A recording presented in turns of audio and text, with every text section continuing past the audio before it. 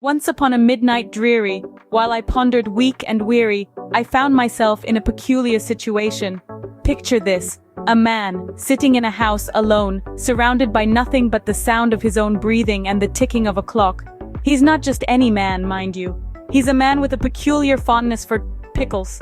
Yes, you heard that right. Our protagonist, let's call him Harold, is a pickle aficionado. He loves pickles more than anything else in the world. He eats them for breakfast, lunch, and dinner. He even dreams about them. Yes, folks, it's that serious. On this particular night, Harold finds himself in a pickle of a situation, pun absolutely intended. He hears a noise, a strange, eerie noise that sounds like, you guessed it, a gherkin. Now, I know what you're thinking. How does a gherkin make a noise? Well, that's the horror bit, isn't it? Harold, being the brave soul he is, decides to investigate. He tiptoes around his house, flashlight in one hand, a jar of pickles in the other, ready to face whatever monstrosity could possibly sound like a squeaky gherkin.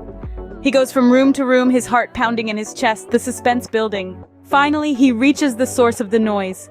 He opens the door, shines his flashlight in, and it's his cat, Mr. Whiskers, playing with a jar of pickles.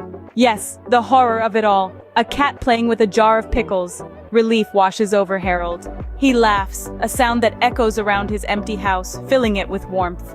He picks up Mr. Whiskers, gives him a cuddle, and decides that maybe it's time to cut down on the pickles. So there you have it, a tale of horror, pickles, and one man's love for them. It just goes to show, sometimes the things we love the most can scare us the most. But in the end, it's all just a bit of fun, isn't it? And remember, the next time you hear a strange noise in the night, it might just be a cat playing with a jar of pickles. But just in case, maybe keep a jar handy. You never know when you'll need to face your fears or satisfy a late-night craving.